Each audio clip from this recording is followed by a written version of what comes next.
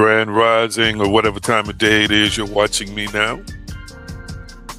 Welcome to Revolution Sundays with yours truly, A.G. Green. You know what to do. Tag and share, share and tag. Text, tag, share, text, share, and tag. Grand Rising to everyone who's on today. So good to see you all. Tag, share, and text. Text, share, and tag. Tag, share, and text. Text, share, and tag. So good to see you, and you on today. What an honor and a privilege it is to speak to you and to be connected with you today. That's right. It's time to vibe with our tribe. It's time to vibe with our tribe. And yes, we are on YouTube again today, having a few technical difficulties in Patreon. I'm going to experiment again with it on Wednesday night. I just decided to stream in both places today. Grand Rising to everyone. Let's pray. Almighty, we're so thankful and grateful for this moment, this opportunity that has been granted to us. Thank you for your guidance, your instruction. Thank you for your revelation. Thank you for interpenetration and impartation. We are evolving, transforming, and ascending. Help us to embrace who and what we are in you and in this present life. And we just thank you and praise you. Miracles, the signs, the wonders, the expansion, the inner exploration, the dynamic manifestation that's taking place in the lives of those who are viewing and connected. We praise you, and we remember the name, the power, the way, the consciousness of Yeshua. It is so, and so it is. That's it. Grand Rising to everybody who's here today. Tag, share, and text. Text, share, and tag. Tag, share, and text. Text, share, and tag. We always appreciate your comments as well. Don't forget you can visit us at theaggreen.com. That's theaggreen.com. We made a few modifications last week and going to make some more updates in the upcoming weeks. That's theaggreen.com. And don't forget you can follow me on the various social media sources and resources you see even now at the bottom of the screen. Philippians chapter 4, verse 13 reminds us that I can do all things through Christ's mind, through the Christos who strengthens me. I want you to type in the comment section, I can. And I encourage you to speak it aloud to yourself. I can. Come on, type it in the comment section. I can. That's it. I can. I can. I can keep it together. I can deal with any circumstance and situation that presents itself to me. I can manage my mind, will, and emotions. I can ascend. I can arise. That's it. Type it in the comment section. I can. You have an eternal partnership with Yeshua, who represents the Christ mind and Christ consciousness. I can. That's it. Speak it to yourself. Encourage yourself. You may be facing something right now that's trying to tell you or present itself to you in a way to make you think that you can. Oh, I can. I can. I can. You got to know that you know that you know that you know that you know that you have an eternal partnership. The text helps us to understand in Ephesians 29 to him that is able to do exceeding abundantly above all that we ask or think, and it is according to the power that worketh in us.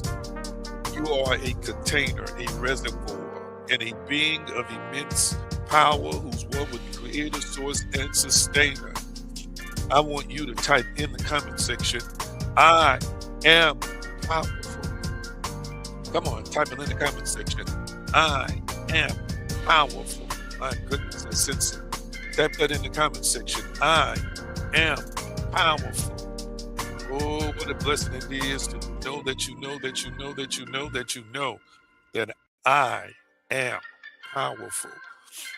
Own it, eat it, sleep it, breathe it, embrace it, that I am powerful.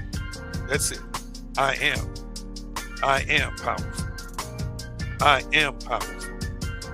Make it be known that you recognize that you are willing to walk in inherent dynamic power.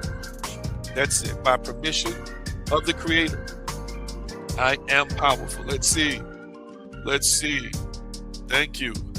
Yes, yes, yes. Yes. Own it. Own it. Own it. I am powerful. I am powerful. It's a wonderful thing to know. It's a magnificent thing to embrace how powerful you really are. What an honor and a privilege it is to walk in inherent divine power. You don't have to beg for it. You don't have to wish for it. You don't have to hope for it. You don't have to cry for it. It's already yours. Did you hear what I said? It's already yours. It's already mine.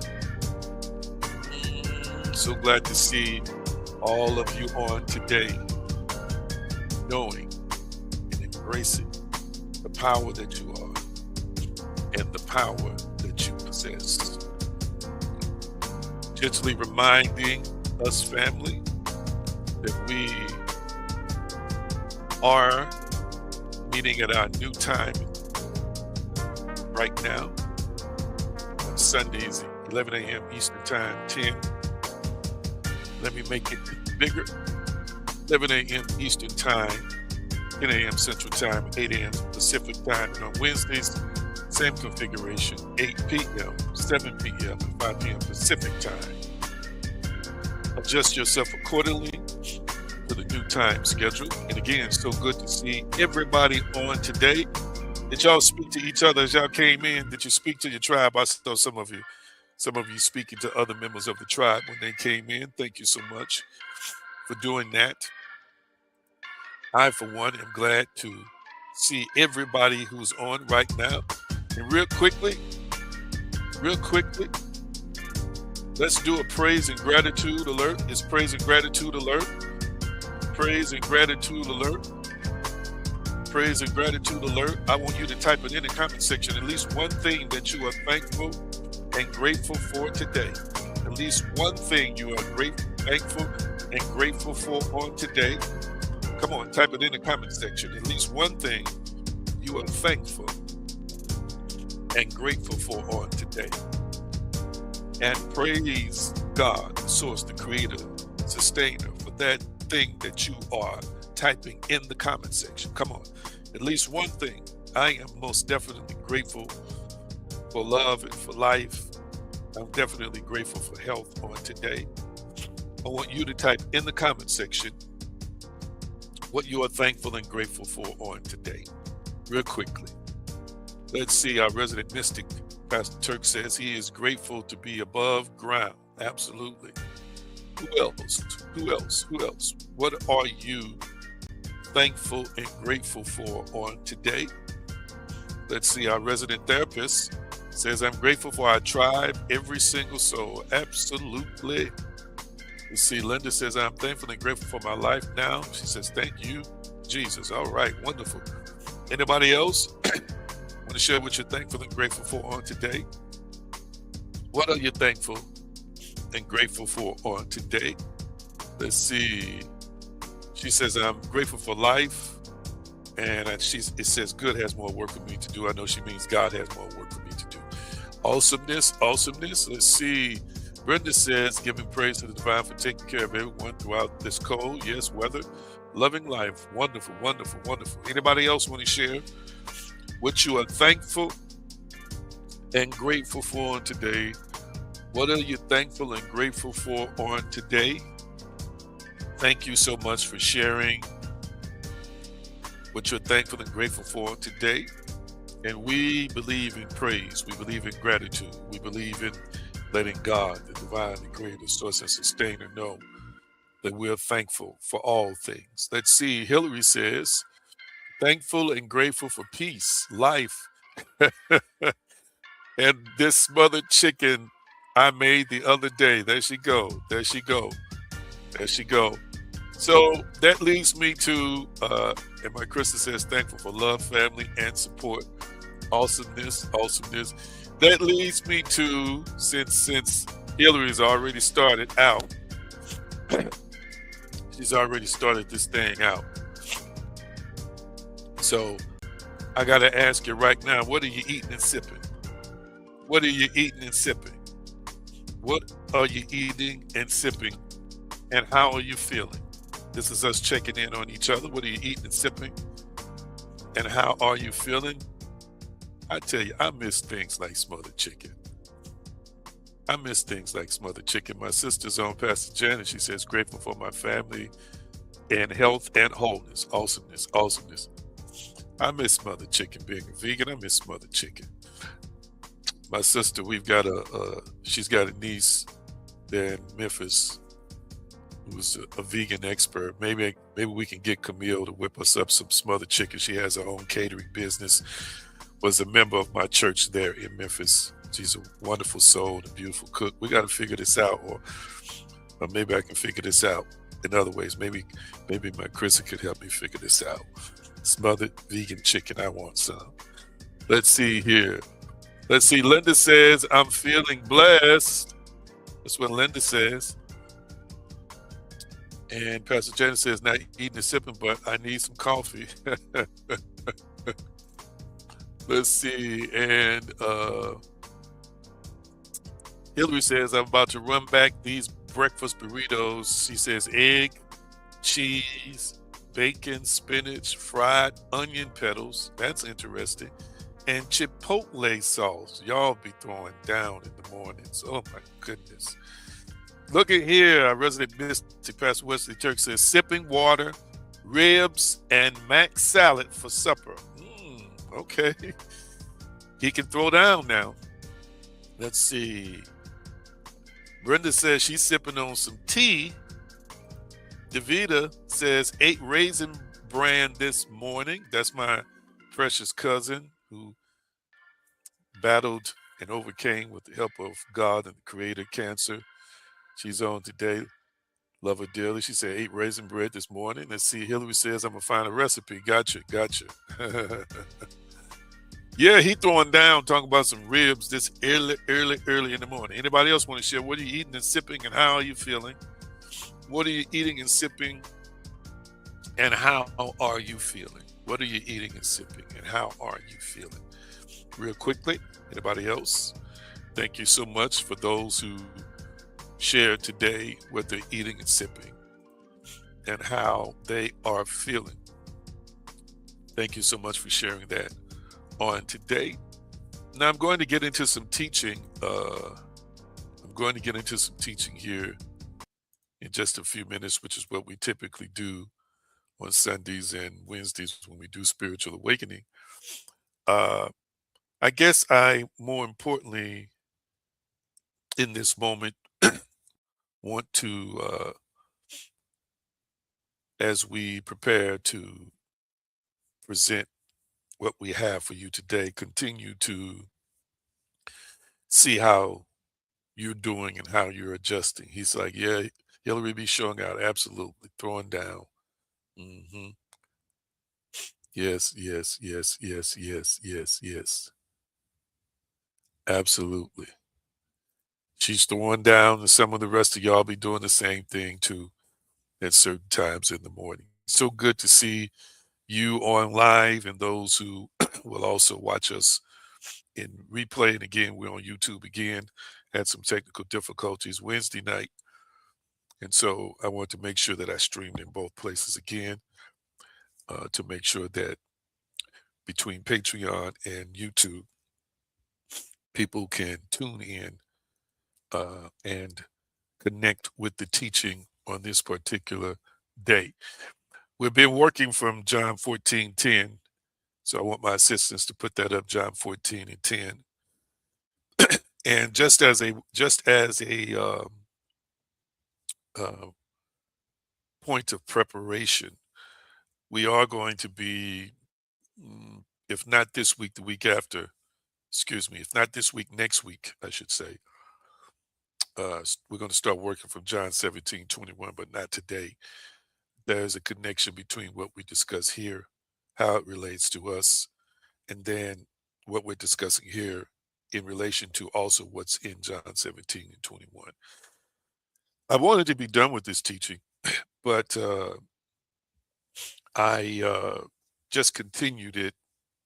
I continued it because I see the need for us to embrace what we have been discussing along these lines as it relates to the subject matter.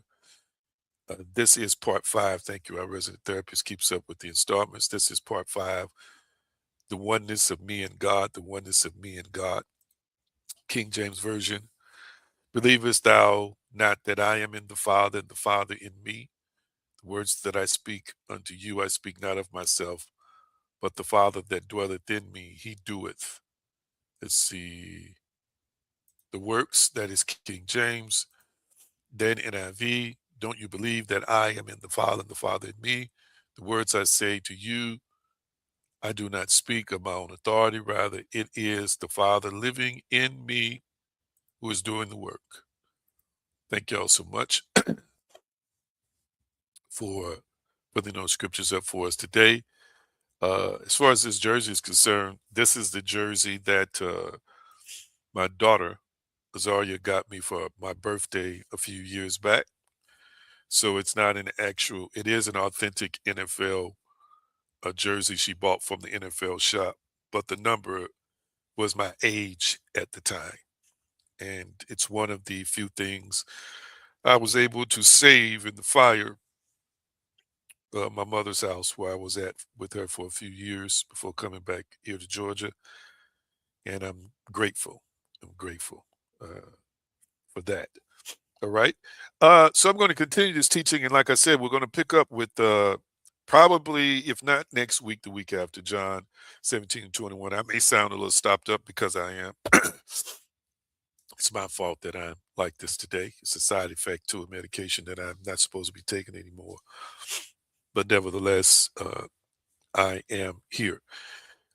I want to continue my discussion, and I know that I've gone over it a few times because this duality that we have created, this, and it's not just even a duality, an on and off relationship with the creator, with the divine. Yes, it is. It is an on and off type relationship. And it is a relationship that religion has constructed based on conditions. This ideal or idea of uh, espousing teachings that weaken and diminish people and at the same time challenge their intimacy with God is debilitating to the species. It's crippling. And we've got a few names for some uh, psychological disorders that the psychological or community of psychology has created because of the adverse effects that religion has on the psychology of people. And I think one of the most sinister things, and I do call it sinister, and it's sinister because when you start espousing or start teaching people that they are separate from God, that's an issue. What's amazing to me is that there at times isn't a thorough exposition from religious sectors of the world as to what spirituality really is. And then within their own conceptual frameworks of defining themselves as spirit beings, and at the same time from the interpretations of their creation stories, saying to us that you're created by the creator, an omnipotent being, and then that omnipotent being blew his essence and life into you, which means that you literally, excuse me, in him you live and move and have your being literally. Some place people in a kind of spiritual catatonic state of sorts, in that they make you dead spiritually before you embrace a soteriological system or a system of salvation in Christianity, one that features Yeshua. The fault that I have in the teaching is you make people dead spiritually. And I can understand that. You know, I'm matriculated through seminary, have a few degrees. I understand all of that. But at the same time, in making people dead spiritually, you make them separate from God. And in also making them separate from God, again, in connection to making them dead spiritually, they are made to feel like cannot have a relationship with God, and I am disconnected from the Creator.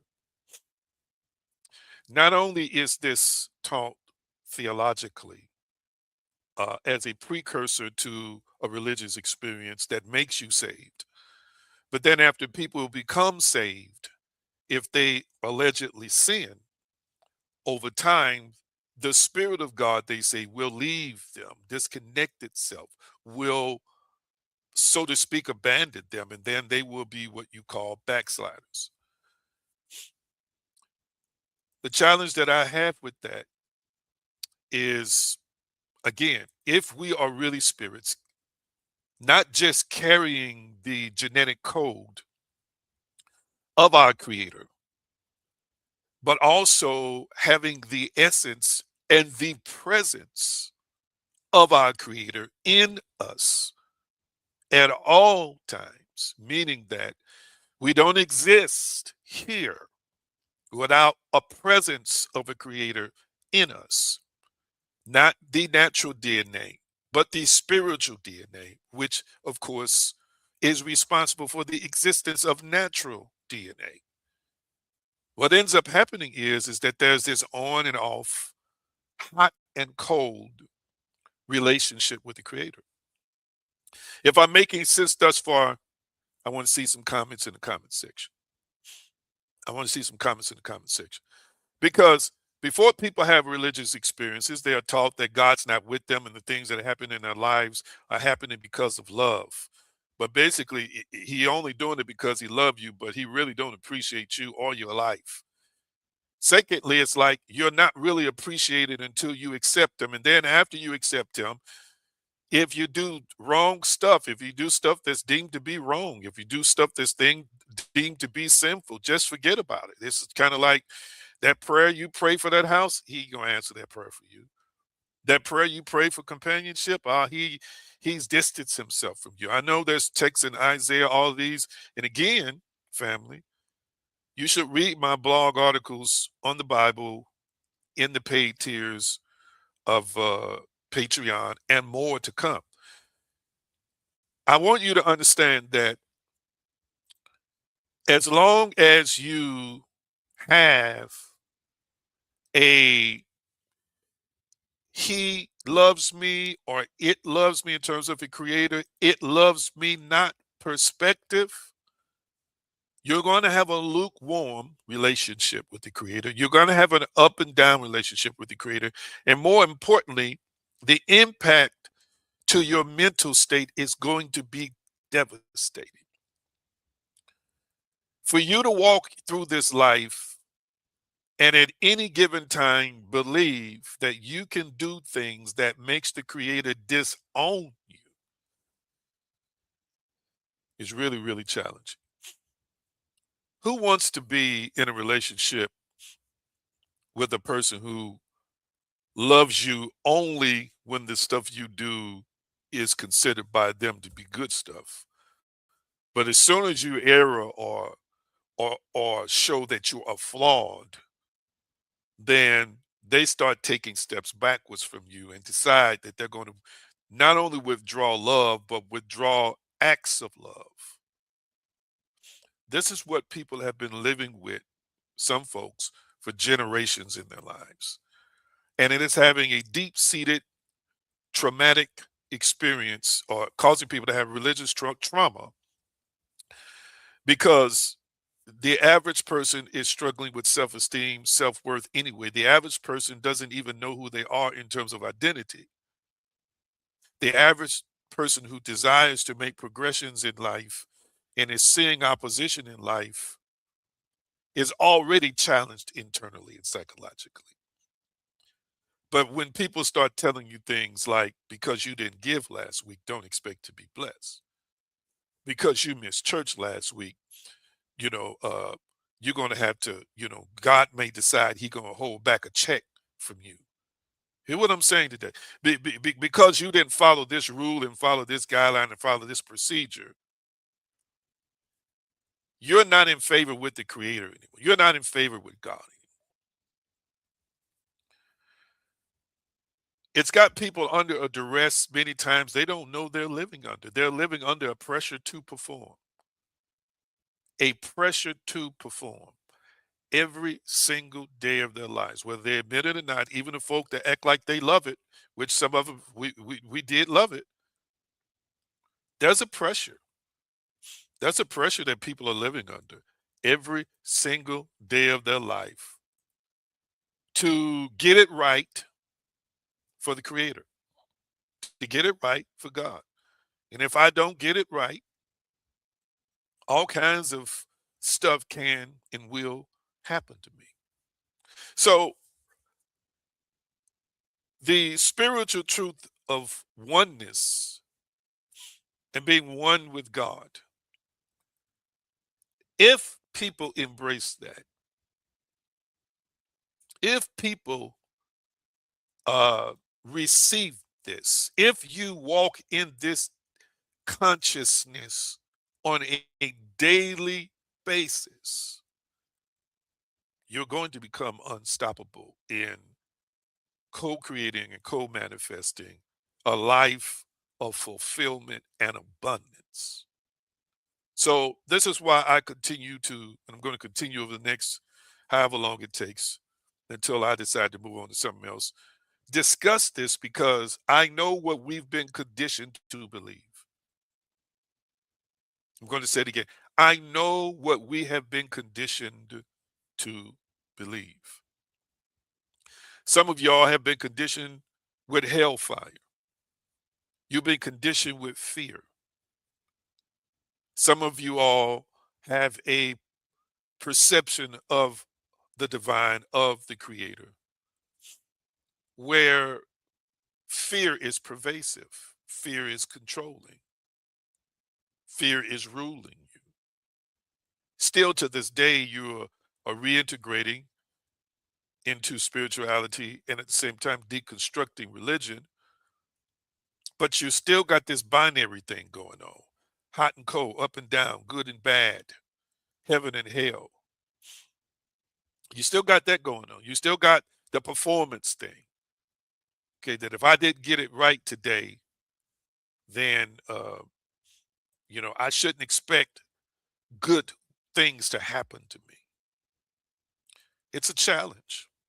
It really, really is a challenge. And let me say this. I told you all last week, and I'm flowing. I got some notes. I just haven't used them yet. I'm flowing. I told you all last week. Remember, we had discussions months before about one scientist and the study they did showing that the brain is very predictive, meaning that it is before the excuse me, while the senses are doing their job, before the brain can process the environment or the situation the senses are in, it's already predicting analyzes before it analyzes current information. It is predicting what the outcome is going to be. What we don't understand is that this predictive process is manifestation. It is creation for manifestation, meaning it is telling us before we process certain information, this is what this situation is, even when it's not. And then it is going to prescribe a behavior, many times in a false sense, that's going to incarnate a physical act, which many times is not going to be in alignment with the present situation. In other words, you're predicting falsely based on a past. This is why trauma, the dissolution and resolution of trauma is important, because trauma is predictive. It predicts to us what we think an outcome is, even when it's incorrect in its analysis, which there is no analysis. It's just pulling from the subconscious experiences and saying to us what this is, and then we become reactors in the moment, reactionary. I'm bringing all this up to say is the predictive prophetic side of the brain determines the next action. So if you and I are predicting what's going to happen next, and it's not the same situation, we follow through with an action that we initiate, a seed. First, it begins as a seed of thought, then nextly as a seed of action into the physical universe. There's a consequence that's attached to that. Why am I saying this? So the example I gave you last week is how I woke up and I heard God speak to me while I was awakening and saying to me the predictive aspects you have of yourself in terms of how you are planning your future, more specifically from a financial standpoint. You're predicting your life based on the census assessment of what's quantifiable. In other words, what's present in your checking account, what you know to be income. And you are predicting outcomes in advance based on what you see in front of you in the natural realm. And I heard the Spirit say to me, but what if you predict it? What if you train your brain to predict your handling of these finances, your handling of these situations, if you predict that it is being supplied from an unlimited source? What if you predicted outcomes in paying the light bill, not based on a paycheck, but based on riches and glory, or based on the unlimited? What if you condition yourself to live like that? We know that that's really faith. Do you hear what I'm saying? And we know that's an encoding, a special encoding of faith that some people live by daily. Hear me. But many times, even as faith walkers, we still allow the physical, natural, analytical side of us to rule us. We allow it to shape and determine from a predictive aspect what the outcome is going to be. And hear what I'm saying today. That is from a natural perspective, being analytical. That is from a natural perspective, being logical. Watch this. That is from a natural perspective, being practical. Okay. And we teach practicality is necessary. We teach good sense is necessary. And I believe in practicality, family, and I believe in good sense. I believe in it as it relates to this natural realm. But understand this, that's a law for the natural realm. That is a law for the physical dimension. So, for example, physics, there's a natural law of physics. What goes up, excuse me, must come down. I'm sorry. We're talking about gravity. In your spirit body, there is no gravity. In the spiritual dimension, there is no gravity. These are all laws that we associate with the natural universe and the natural world. But in the spiritual dimension, they don't exist. So if you are becoming more aware of who you are as a spirit and who you've been created to be as a powerful spiritual being, then at some point in time, you must learn how to condition yourself if you're going to actually operate in that higher state of consciousness. You're going to have to condition yourself according to those principles, according to those laws, according to um, those things that govern the spiritual dimension, which means that we must transform and renew our minds to predict from the unlimited versus the limited. And I know there is an investment, family. There is an investment in being natural. There really is. There is the to be honest, most of what we see on television, most of what we see on the internet, again, is carnal based. It's fleshly, what we would call fleshly based. It is based on a physical, sensual experience. The spiritual sector is emerging, and people are starting to embrace that dimension, that realm, that reality. But yet, the main emphasis is on the physical. So people are invested in being natural. They're invested, watch this, in being natural, which means they're invested in the limitations of the natural. They're invested in the age, the system, the ways of the natural. My goodness. To the extent, again, that it is a philosophical,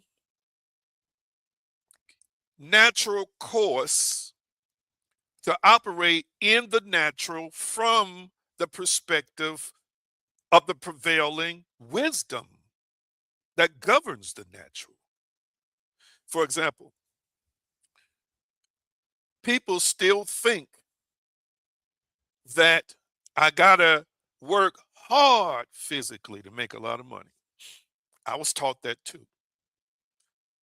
People still think I have to trade time for money. And I've shown you in our brief examples of how people have just blessed us individually that you don't always trade. You didn't have to trade time for money when you got those gifts, when you got that cash app, when you got that Zelle from whatever, or unexpected money from whatever. But again, this is what the natural teaches us. This is part of the natural system. And we've taken texts from the Bible that have nothing to do with your spiritual self, your spiritual essence, or a spiritual system, and have told people trying to make spirits, watch this, fit a natural mold. This is what I want you to understand. If you want to, you can be a spirit and be a slave of a natural system. If you want to, you can take a natural principle from a natural a system and make it the prevailing theme or the prevailing philosophy or the core beliefs of your own life. You can do that if you want to, which means you'll it will take you 3 jobs, having a certain kind of education. Hear what I'm saying today? I'm talking about finances now, or look a certain way, or have a certain intelligence to have the love you want, or have the life you want. You can do that if you want to. Lord have mercy. And then y'all still teaching centuries later, if you don't work, you don't eat. Don't even understand that that is a practical, natural law from a man, not from God, because there are different ways to work. And this is another thing. You're looking at work from just the physical. You can work with your mind. Do you realize the richest, wealthiest people in the world don't work with these? They work with this. And the richest, wealthiest people in the world who are in this spiritual conscious community are working as spirit beings and then working through the mind to manifest whatever they want in the natural. So I said all that to say, I didn't mean to go down that road today, but I guess I'm supposed to have this conversation with you. to condition yourself or recondition yourself to embrace spiritual laws, spiritual principles, puts you in touch with spiritual realities. Okay, I'm on this. I think that was Madam C.J. Walker. Yes, Madam C.J. Walker. I've talked about this before. Who's responsible for creating? Uh, who's responsible for creating relaxers for uh, women of African descent? I think that was the early 1900s, somewhere in the early 1900s. Okay, uh, and she had a dream, and in the dream, the formula was presented to her in the dream to create this relaxer product. From that formula in the dream, she became, I think, the first African American woman millionaire in the country. Some say it was God, more likely her higher self, more likely her spiritual self, the real her that, watch this, lived outside of the matrix, lived outside of the natural law. Catch this. Catch this. And this is another thing I want to say to you all, family. This is another thing I want to say to you all. This is why, even as an activist, there's a lot of approaches I take differently now as an activist. Never ever define yourself as a spirit being by a natural order, a natural law, a natural system. If you allow yourself to be defined, or if you define yourself by a natural law, a natural order, natural system, that means you are bound to all of the limitations and restrictions that exist in the said system for you. In modern days, we know racism is systemic. We know that minorities, there's opposition that's built into the system. We know that if you're a woman, there are still certain stigmas that exist. If your sexuality is different, there's still certain stigmas that exist. If you believe in the stigmatization that is in the system, if you believe in the limitations and restrictions that's in the system, remember, as he thinketh in his heart, so is he. Remember, it is you, family, who are manifesting outcomes based on core beliefs. If you believe these things can hinder you, limit you, and stop you, then it's not the devil that's creating it. It's not God it's you, a creator, that the divine has endowed with its abilities. Watch this. And then as a conscious universe that operates in its base core on a vibratory level, that's going to give you in return as a feedback, like looking into a mirror, whatever it is you say, whatever it is you believe. Madam C.J. Walker, family, lived in a time that was extremely racist. But she didn't believe the system could stop her from progressing.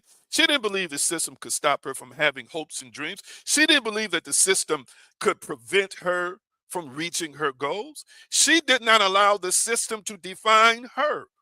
So her higher self, her spiritual self, hear what I'm saying today, gave her an idea while she was asleep, while the conscious mind was pretty much neutralized and the subconscious mind is active, and your spiritual mind, the voice of the spiritual mind is louder.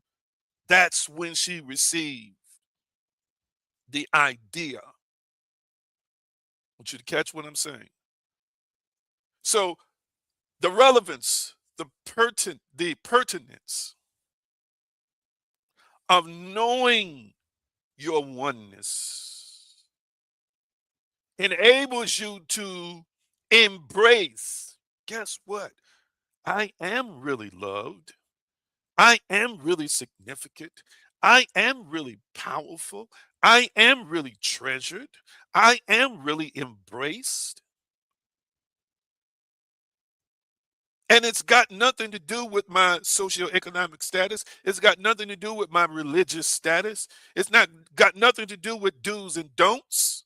It's got everything to do with who I am ontologically, who I am as a being. Whew, I felt that. Hey, I felt that. I sense this now. When you know every single day, when you strive to embrace every single day the power you are,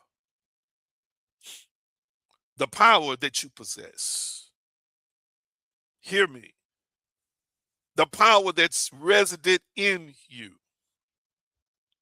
I want you to type this in the comment section. Power lives in me every single day. No, let's paraphrase that. Every single second. Type that in the comment section.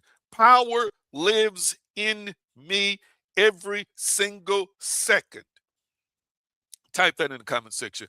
Power lives in me every single second. I just got to be honest with you. I don't want to be something in the natural that I don't have to be anymore. I'm going to say it again. I don't want to be something in the natural that I don't want to be anymore. People are saying about certain things that used to make me pissed off and upset, like I should still be pissed off and upset about it. I don't want to be that anymore. I have ascended. I realize I get to interpret any situation the way I want to. Again, the natural conditioning says I'm reacting to something. It's like the natural conditioning says you're not really in control of this, or the natural conditioning says you are just reacting to things that's thrown at you. And it's thrown at you, and you just have to, you're supposed to react. I don't want to act the way I'm supposed to react, especially when I acted like that in the past and it got me nowhere. I want to act as a dynamic spiritual species. I want to act in concert with who and what I am as one with God at all times.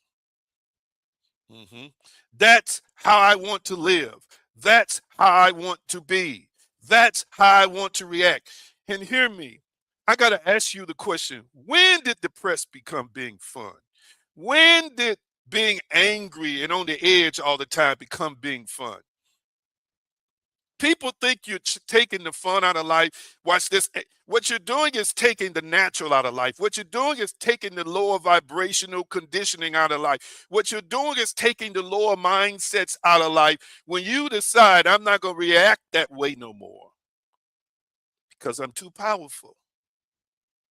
I know that I know that I know that I know I am one with God.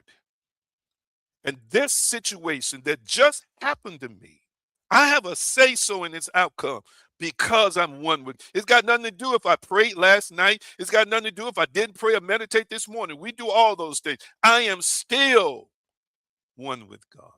I still possess supernatural power, and I still decide what happens next. And guess what?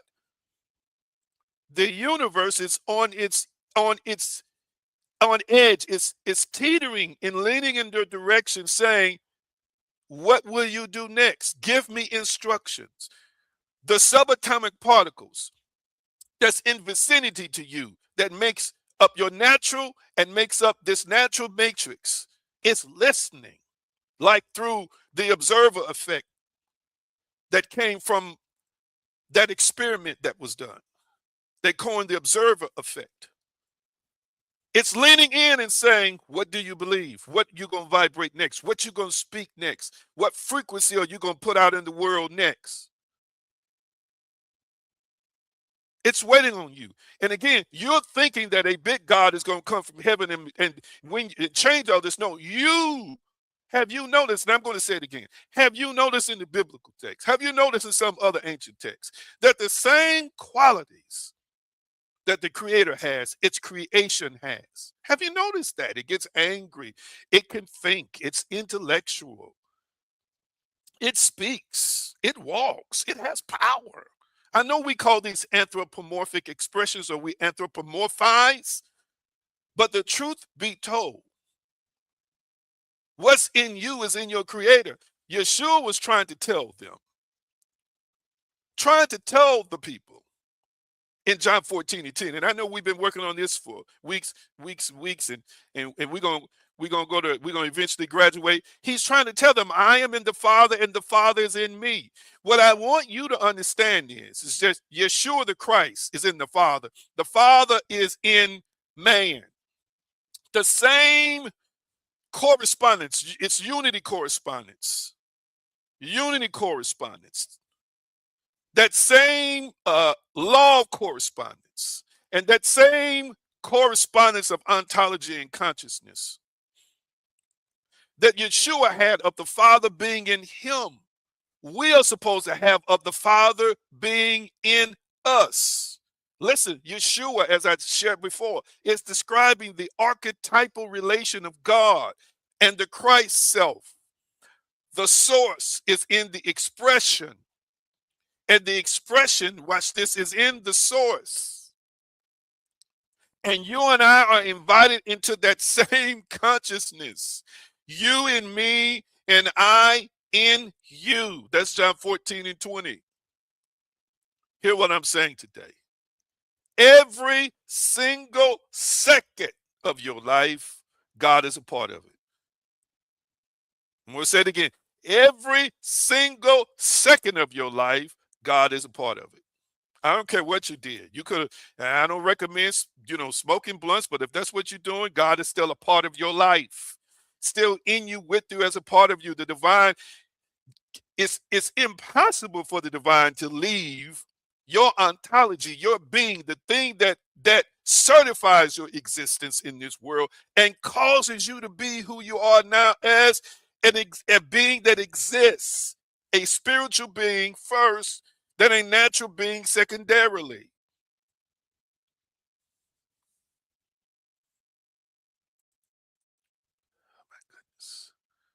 Come on, type it in the comment section, family. I am always one with God. I am always one with God. That has nothing to do with your level of consciousness. Did you catch that? Your level of consciousness is a different thing. You're born a divine being and sometimes don't know for years that you're a divine being because you forgot what you were. You forgot who you were before you came into this body, before you came into this existence. I want you to hear what I'm saying today. Your level of consciousness has nothing to do with the native state of being one with God. For example, you live in a physical body whether you're conscious of it or not. You have the skin color that you have whether you're conscious of it or not. Hear me. You can be something and not be conscious of what you are. It is this consciousness that puts us in a state of awareness where we're operating in a knowingness or operating in a knowing. I want you to know. I want you to know. I want you to embrace. I want you to appreciate. I want you to realize that you're already, watch this, you're already successful. You're already loved. You're already powerful. You just have to become aware of it. You just have to access in consciousness who you are. Wow. Talk back to me. Am I making any sense thus far, family? Am I making any sense thus far? Give me a few more minutes and I'm going to be done.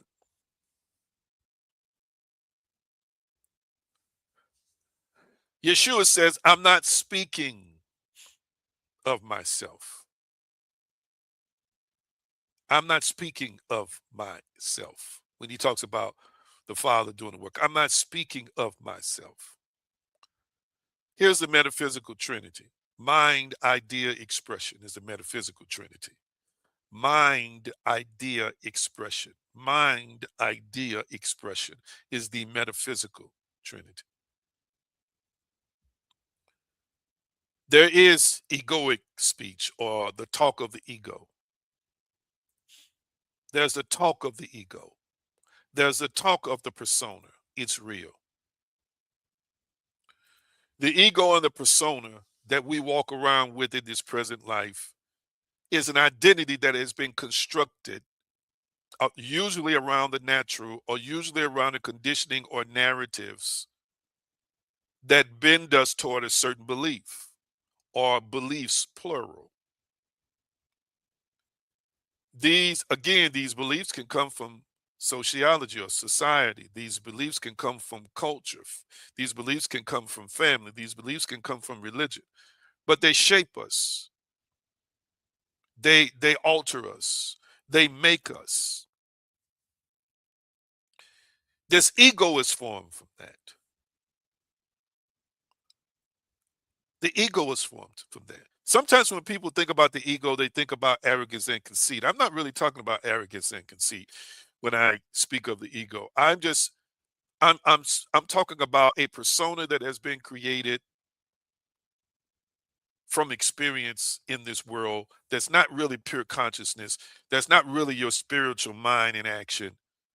It is it is the construction of a mental you that exists on this plane.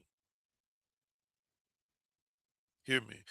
That construction of a psychological you of the paradigm that you operate from is your persona, is your ego. And sometimes it is misguided. Many times it is selfish. Many times it is lacking in awareness and lacking in understanding. And many times it is more connected or tethered to the natural physical, what the Bible would call the flesh, than it is the spirit. But it is the usually the centerpiece in an earthquake, the epicenter of our mentality, the epicenter of our existence. Yeshua is trying to stay in the text when he talks about the self. He doesn't want to talk from a limited personality. He's speaking from the indwelling Christ, the divine mind. The indwelling Christ, the divine mind. Hear me. I want to encourage us to start accessing the indwelling Christ, the divine mind. I want you to type it in the comment section. The divine mind lives in me. Type that in the comment section. The divine mind lives in me. You have a divine mind, and it's not just the divine mind of the creator. You have a divine mind, hear me, that's already one with the creator, with the God mind, with what we might call Christ mind and Christ consciousness. The only thing that you need to do is open yourself up to it. Paul is on to something when he says, let this mind be in you, which was also in Christ Jesus, Christ Yeshua. He's on to something. A divine mind, a Christ mind is not a judgmental one. A Christ mind is not one that's out of control. A Christ mind is not one that thinks that other people are doing things to it. It realizes it puts people in its life that align with its thoughts. If you want to know something about the divine mind, if you want to know something about the Christ mind, study the Gospels. The way Yeshua moves is differently than the way anybody else moves in that book. The way Yeshua thinks is differently than the way anybody else thinks in that book. It's time for us, and hear what I'm saying today. Can I tell you what can be frightening sometimes in this journey. Again, none of this is in my notes. I just got to let it flow. It's like when you start turning off the human parts of you that you're used to, that we've become so defined by dysfunction. We've become so defined by human order, human mannerisms, human ways, and human systems until when we start turning stuff off, sometimes that makes us fearful because we're like, what kind of person am I going to be if I don't allow myself to be moved by this anymore, or to be swayed by this anymore, or conduct myself like this anymore? Because this is what I'm used to. Hear me. When you start ascending, you start understanding the waste of cognitive energy, the waste of faith, the waste of focus on things that we interpret as bad, as terrible, as faulty, as opposition. And we start realizing, no, no, no, no. It's not really like that. If I don't have enough, I multiply it. It's not really like that. If they put me on trial like they did Yeshua and threatened to kill me, I still operated in my inner power and authority. Watch this, by not even speaking that much through my whole trial. Hear what I'm saying today. I recognize that I have access to legions of angels. I recognize that I have access, watch this, to beings on the other side. I recognize that I'm still connected, y'all don't want to hear this, to an ancestral line that never dies, that exists on the other side. He said, I can call forth legions of angels. You can call forth things. Lord have mercy. Help me, help me, help me, help me, help me.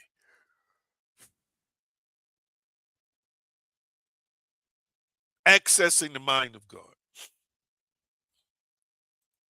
You never heard of Yeshua having a cold. You never heard of Yeshua being sick. Something to think about. Something to think about. Something to think about. We talked about the Father dwelling in us who does the work, and I'm about to close here. Remember, the Father equals your awareness of I am. Let me put that up for you. The Father equals your awareness of I am. Let me put this up so y'all can see this. When you acknowledge the Father, you're acknowledging I am. You're acknowledging the Creator. Remember, I am is not definitive until you declare what I am. And when I am presents itself to Moses, he wants Moshe to understand that I am literally is endless. It's infinite. So when we refer to the Father, we're referring to I am, we're referring to the Creator, we're referring to having an awareness that that same I am is the one that created worlds. Let me put this up for you.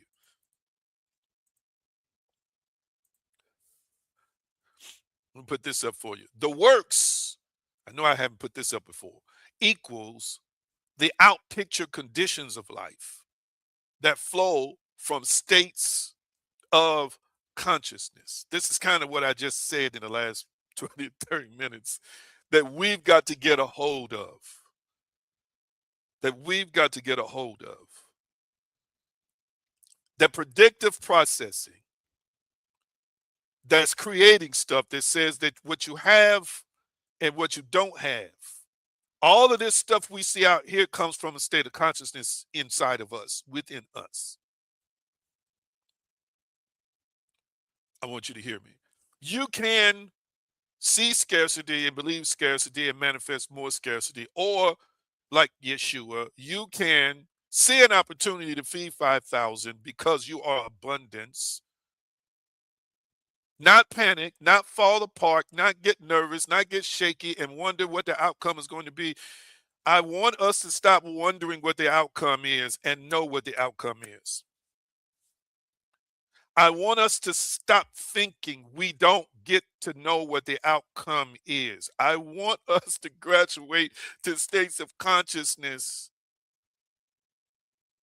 where we know we get to determine what the outcome is because the creator, the divine, has given us divine permission to do so. I want to cry saying that because I lived life for years with uncertainty. And even now, as I'm graduating and ascending, I still deal with those things. And God, the source has to keep reminding me, no, you get to determine what the outcome is. You get to this. It's not up to other people. It's not up to other things. It's not these what ifs are created by us, and they're created by philosophy in our system that teaches us to think as if we don't every time get to know what the outcome is. And we do. Am I making any sense? Just like I was looking at a video recently as I was going over clips, and I was telling the testimony of when Austin and I broke down on the highway. And I knew before I left the house that that car that I was driving at the time, my mother's car, needed a lot of work, had given me trouble before. I had literally nursed it back from many, many trips. But there's another thing I knew. Before that car broke down and we were stranded for 4 hours, what I knew was I was going to Nashville and I was returning safely. Nothing was going to stop that. I wasn't going to die. It didn't make a difference that the car broke down. And when the car started breaking down, in my mind, I am predicting I'm getting to the exit, which was exit 4 that I wanted to get to. And I am predicting that we're pulling into a safe place. And I am predicting that the car is going to be fixed. And I am predicting that the car is going to make it back to Sykes safely. And y'all remember the story. How I called what appeared to be a random number from Google. Young man and his partner had a shop in their house. Yeah. We limped to the gas station, stayed at the gas station till the car cooled off, went across the street to Chick-fil-A, ate a little bit, connected with my brother and mother, blah, blah, blah. They trusted me. I was led, hear me, by the divine to a shop that I would not have chosen. Did you catch that? My ego would not have chosen to let them work on the car had I known before I got there what their shop was going to look like in an old rundown looking house. Did you catch me? Did you catch me? And then I told y'all this testimony. When I got out the car, because I was skeptical, I told Austin, don't get out because I don't know these people. My ego is still analyzing the situation because I'm about ready to tell them, okay, yeah, yep, I can't do this. Even though I desperately, I don't want to say desperately, the car needed to be fixed. I'm like, no, I'm thinking to myself, this is probably not going to work out. Then I get out the car. Watch this. Let me show you how awesome God is. Let me show you how awesome the Creator is. Let me show you how awesome the source is. I'm skeptical until I hear one word. I get out the car, and the young men who are the mechanics walk up. They extend their hand to introduce themselves. And one guy says, "Hey, I'm Wesley." Immediately, my awareness kicked in and said, this is the place. Because that was a confirmation to me. I know a Wesley. He watches this program. He's a part of this tribe. It was a confirmation to me, you're in the right place. So check this out. My brother finally comes in. I tell y'all the story. I tell y'all the story. And We get the parts, blah, blah, blah, so forth and so on. They fix the car. We leave the car with these people that we just met. Let me show you how the confirmation brought us into a place of powerful blessings. Not only did they fix the car, they drove the car and met us in a town like an hour from where we were from Sykes, Missouri. There's no other shop in town that I could have picked myself that probably would have, watch this, said, we won't even charge you for the transport. We will fix it and bring it to you. They would have brought it all the way. We are the ones that said, no, no, no, no, you don't have to bring it all the way. Only thing we had to pay for was gas, not a transport fee, but gas. I want you to hear me. My ego would have never chosen that. Operating from the Christ mind, operating from a divine mind family, says that you get to control the outcome. You get to predict how the story ends. Well, what if they don't? Or what if this don't? I don't live with what ifs no more. I talk what ifs with people who live in the land of what ifs, but I try not to live there anymore from what I'm learning. Hear what I'm saying today. Yeshua is not saying in one text, when he says, if thou canst believe, all things are possible to him that believeth. He's not saying in that text, if thou canst believe, based on what other situations or circumstances say. When he talks about prayer, what things soever ye desire when ye pray, believe that ye receive it, and ye shall have it. He doesn't say believe that you receive it based on what somebody else do that'll determine if you're going to have it, based on what somebody else says, which will determine. He doesn't say that in the text. With certainty, he's saying you are a conscious creator and a conscious manifester. And the people in your life will align in vision and align with purpose based on your faith, based on your beliefs. Oh my goodness. Oh my goodness. Am I making any sense to anybody? Am I making any sense to anybody?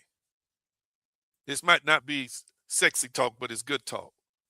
The works equal the out picture conditions of life that flow from states of consciousness.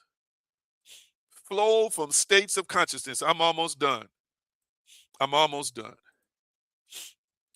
Let me make 3 more points and I'm going to be done. I'm going to make 3 more points and I'm going to be done.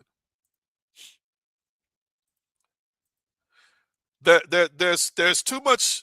We create the uncertainty. We create it may not happen kind of stuff. We create the fear around thinking something will not work. We don't understand. We put that there. The thing that I have feared the most, like Job said, that thing that's fear in our lives will come upon us when we put it there, when we believe in the possibility of that fear. Hear me. So knowledge can come to you and say, this could be a potential outcome. What you do with that, you circumvent that. Okay, I have this wisdom that this is a reality that can pop up. This is a reality that can't emerge.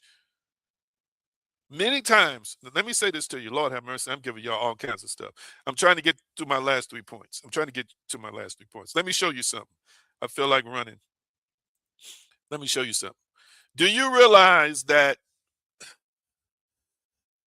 when you are thinking and the what ifs come to your mind, do you realize that is your spirit mind showing you different timelines?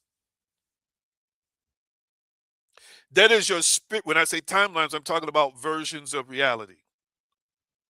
That is your spirit showing you, or your mind showing you what you think it is. You think based on a predictive perception or predictive uh, modality.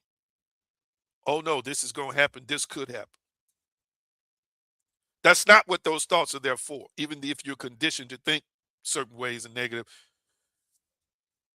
it's to show you there are multiple ways, there are multiple doors. I got a few more minutes, I'm gonna shut it down. And you get to choose. I get to choose seeing that thing pop up, and I get to choose if it pops up, whether I deal with it and I win or I deal with it and I lose. Do you realize sometimes we're predicting losses and failures? Again, it shows you this is an option. I want you to see these thoughts as options from now on.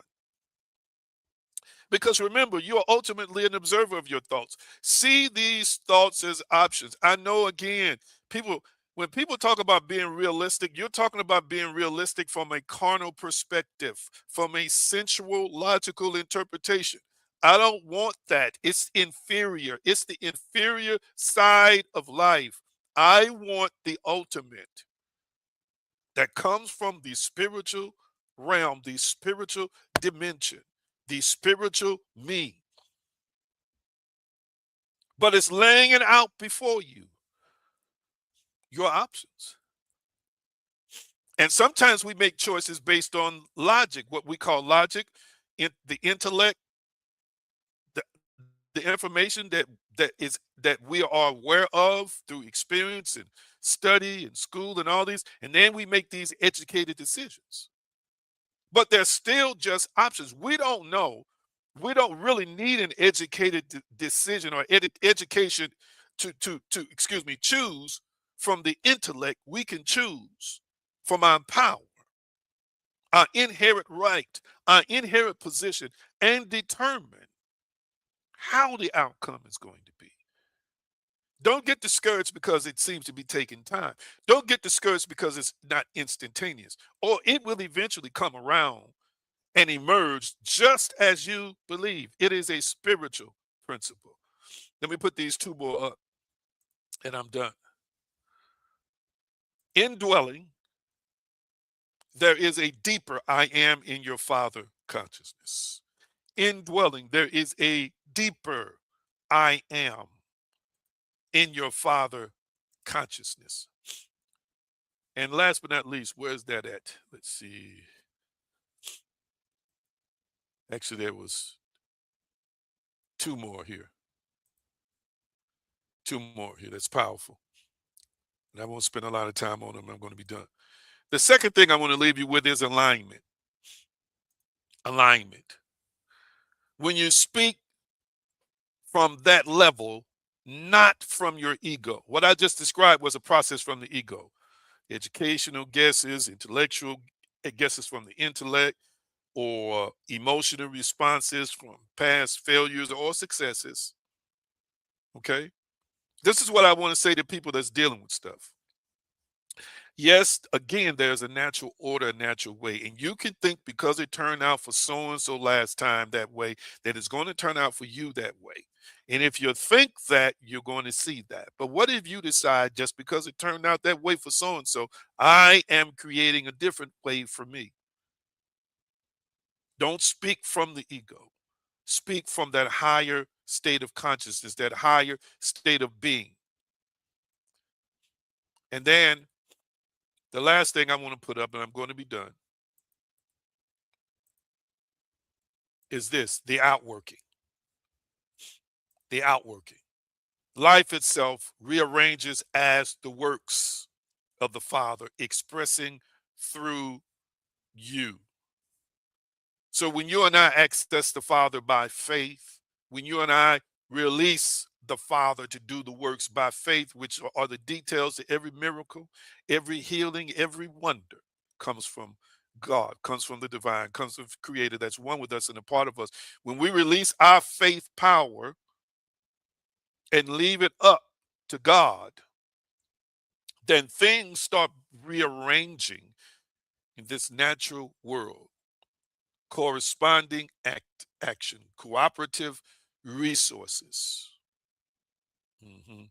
Cooperative, as Abraham Hicks would call it, components. Come, start circulating, moving, materializing, manifesting. Not because you strain to do it, not because you beg to do it, but it is a natural, organic outcome. So I want you to type in these three words: indwelling, alignment, outworking. Type those three words: indwelling, alignment, outworking. Type those three words: indwelling, alignment, outworking.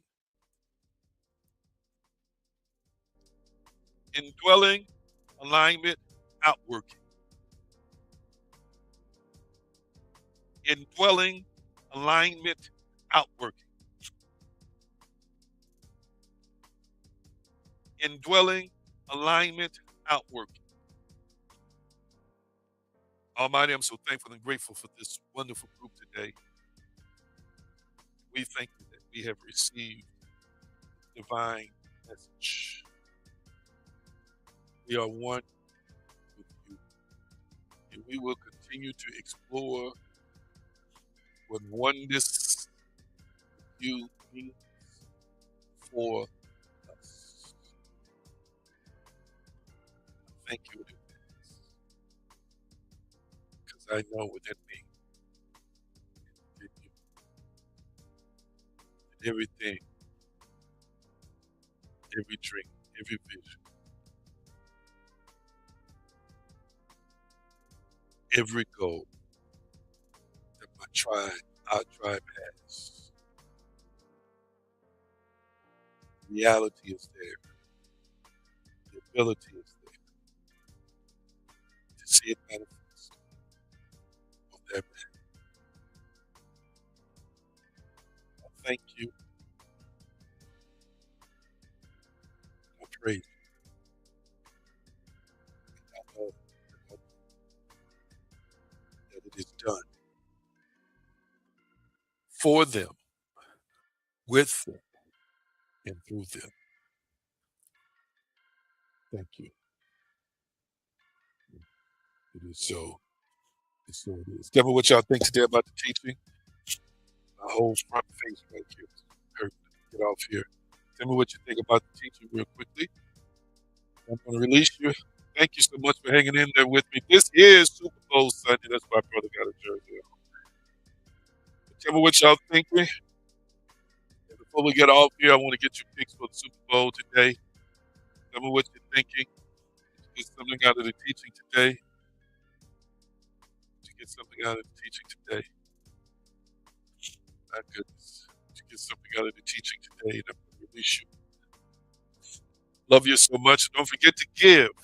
I want y'all to continue to give. Although we manifest from the mind, we also, from the mind, giving manifest laws and principles. And I thank those who give every month to this platform. You give to me, that is a vote of love to me, a vote of confidence. The music is chopped and eternal. Every time you give, I I receive it as an I love you and I thank you. Okay. I really, really, really appreciate you all taking out time in your schedules to check in with the tribe today. Thank you so much. Thank you so much for your feedback. Thank you so much for your comments. I didn't get into my notes like I wanted to, but it's all good. It's all, as they say, good. Let's see.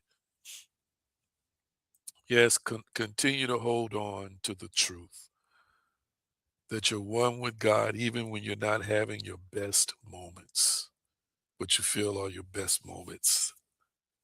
Some of us, me included, we get confused, we get rattled, we get discouraged. That doesn't take away from you being one with God. Your mistakes don't erase oneness. You're one with God at all times. We got the picks coming in. Our resident mystic says Seahawks by 10. Anybody else got a Super Bowl pick today? Anybody else got a Super Bowl pick today? Let's see. Andrew says Seahawks are one with God. All right. Anybody else? Anybody else? Anybody else? Anybody else got a pick today? Anybody else? Let's see. Patriots by 3. Uh-huh. Anybody else? So we got one Seahawk by 10, Patriots by 3. Wow. Anybody else got a prediction for today? All right, family. Thank y'all so much. Let's see. Linda says Seahawks. We got some Seahawks folks on here. We got some Seahawks people here. Okay. Okay. Let's see. He said Patriots, that's your ego talking. Oh, my goodness, goodness, goodness. Yeah, Super Bowl food. That's always a great part of these Super Bowl Sundays. There's a lot of folks that don't even watch football. They just go to the parties with family and friends to eat or to just be around the group, you know, while they're watching the game. Sometimes folk don't even know what a touchdown is. Oh, my goodness. I love y'all. Look for a pop-up this week and continue to check your Patreon daily. Who can tell me what the articles about were on Patreon last week? Anybody else? Who can tell me what the articles were about on Patreon? I want to see who's been reading, who's been keeping up. I did a couple articles last week, put a couple articles up last week. What were they about on Patreon? Real quickly, what were those articles about on Patreon? What were those articles about? Real quickly, talk back to me. Tell me what those articles were about on Patreon. Now I'm going to release you. I want you to keep up with the Patreon. I'm going to get them Dan McClellan videos up this week, at least one. We also got some, I started reposting to Facebook. You'll start seeing posts on Facebook now more consistently, on Instagram and TikTok. It's a work in process, family. Thank you, Brenda. Relationships. It's a pretty interesting take. It's a pretty interesting take on relationships. I really want to know what our resident therapist, I want him to read those articles and tell me what he thinks about the relationship articles. It's a different perspective than what most people might think. All right. Let's see how resident Mystic says more chicken wings are consumed. Absolutely. Used to throw down on some chicken wings. Super Bowl Sunday. Miss me some chicken. Chicken, chicken, chicken, chicken, chicken. All right, I'm going to release you with the shalom blessing. Love y'all. Appreciate you. Shalom, shalom, peace, wholeness, and prosperity. Nothing missing and nothing broken. It is so and so it is. Thank you for being a part of this journey of awakening and transformation. Support the light through Revolution Inc. by liking, sharing, and giving.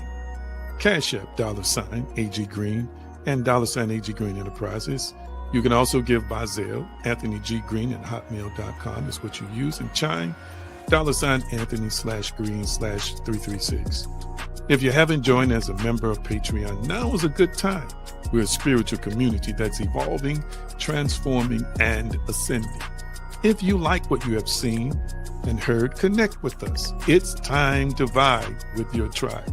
Also take time to visit theaggreen.com for the latest developments and just explore divinespeciesshop.com for spiritual tools to elevate your life. Your love and support helps keep this mission alive.